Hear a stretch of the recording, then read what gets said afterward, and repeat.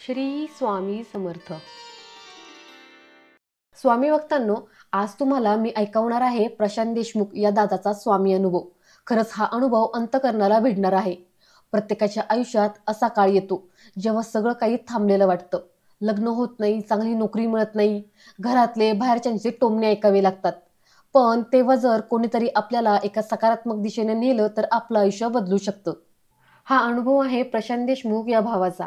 प्रशांतचं वय झालं होतं 35. त्यात नोकरी नाही.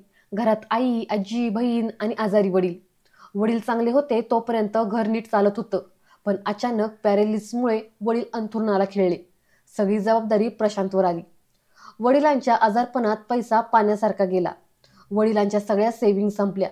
नोकरी शोधून शोधून प्रशांत हैराण झाला. 10 ठिकाणी त्याने अर्ज केले. कधी वेळ नाही, कधी अनुभव नाही, तर कधी फक्त तुम्हाला कॉल करू एवढंच उत्तर यायचं. प्रशांतचा एक मित्र होता. त्याच्याकडे त्याने मदत मागितली. त्याने थोडंफार काम दिलं, त्यातून थोडे पैसे मिळायचे. पण ते घर चालवायला अपुरे होते. आणि तिकडे वडिलांची तब्येत दिवसेंदिवस खालावत होती. दवाखान्याचा खर्च हाताबाहेर गेला होता. शेवटी फारसा पर्याय उरला नाही. प्रशांतला राहतं घर विकावं लागलं. प्रशांत सांगतो, घर विकल्यानंतर आम्ही काही दिवस मावशीकडे काकाकडे राहिलो. मनापासून मदत केली त्यांनी. पण स्वतःचं घर नसणं ती एक वेगळीच वेदना होती. घर विकल्यानंतर एका छोट्याशा भाड्याच्या खोलीत राहायला गेलो. स्वयंपाकघर, हॉल, झोपायची जागा सगळं एकाच जागेत. पण वडिलांवरती इलाज आणि बहिणीचं लग्न करणं त्यावेळी जास्त महत्त्वाचं होतं. त्या खोलीचं भाडं देण्यासाठी आई आणि आजीने दागिने सुद्धा गहाण ठेवले होते. या सगळ्यामुळं प्रशांतच्या मनात खूप नकारात्मक भावना निर्माण झाली. त्यामुळं सतत चिडचिड व्हायची. वय वाढत होतं, लग्न जमत नाही.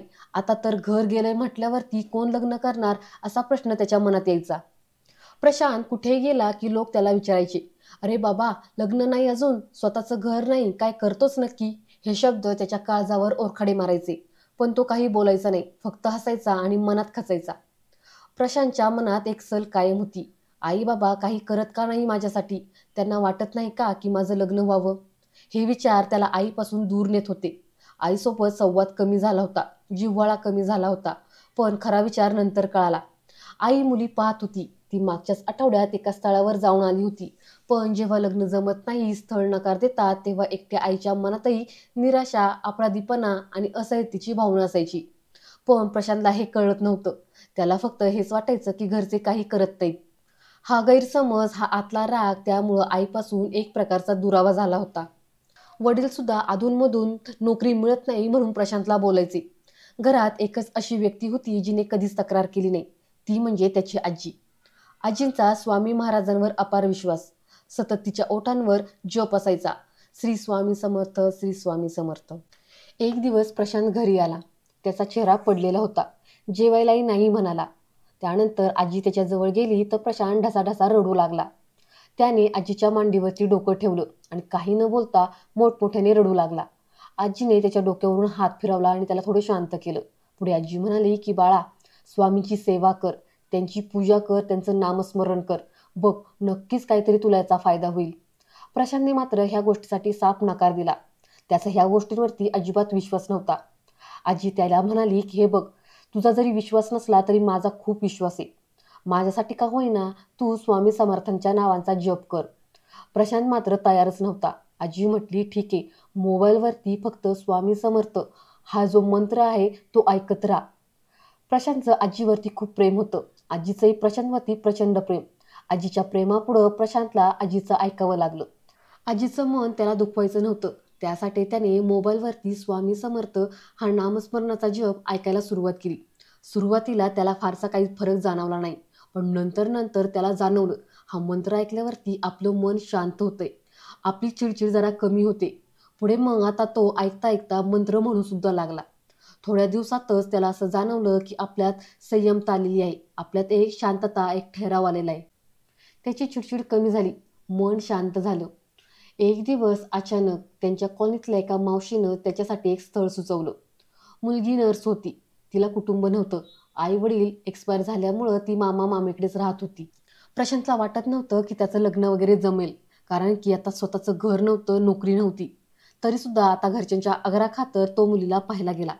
आणि आश्चर्य म्हणजे मुलीनं त्याला पहिल्याच वेळेस पसंत केलं आणि त्याला होकार दिला. हे ऐकून प्रशांतला जरा आश्चर्य वाटलं. त्याने 2-3 दिवसानंतर मुलीला विचारलं तर यावरती ती म्हणाली की मी ज्यावेळेस तुम्ही घरात आलात त्यावेळेस तुमचा हा शांत ठेराव स्वभाव मला फार आवडला. तुम्ही ज्या पद्धतीने घरातल्यांसोबत बोलत होते ते मला फार छान वाटलं. खरं तर हा बदल स्वामींच्या नामस्मरणाने झाला होता. एक वेगळी शांतता आणि प्रसन्नता प्रशांतच्या चेहऱ्यावरती दिसत होती. थोड्या पैशात अगदी साध्या पद्धतीने लग्न झालं. त्यानंतर प्रशांतचं आयुष्य पूर्ण बदललं. पत्नीच्या ओळखीनं त्याला एका मेडिकल कॉलेजमध्ये चांगली नोकरी मिळाली. महिन्याचं 25,000 रुपये पगार होता. पत्नी कमवती होती. दोघांनी मिळून स्वतःचं घर घेतलं. एक छोटंसं रो हाऊस. घरात आनंद, समाधान आणि सर्वात महत्त्वाचं म्हणजे शांती. प्रशांत शेवटी म्हणतो की स्वामी विश्वास नव्हता पण आजीवर होता आणि आजीने सांगितलेला तो मंत्र त्यानेच माझं नशीब पूर्ण बदललं. आज मला वाटतं की स्वामी महाराज देतात, थोडं उशिरा देतात, पण जे देतात ते मोठं देतात. स्वामी भक्तांनो, श्री स्वामी समर्थ हा स्वतः एक पूर्ण मंत्र आहे.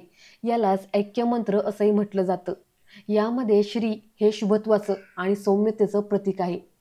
स्वामी हा अधिपती, गुरु. समर्थ म्हणजे पूर्ण शक्तिमान, समर्थ असलेले.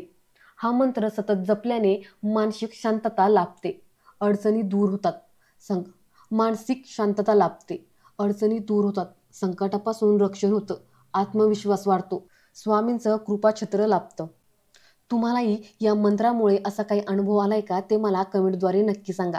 जय जय श्री स्वामी समर्थ.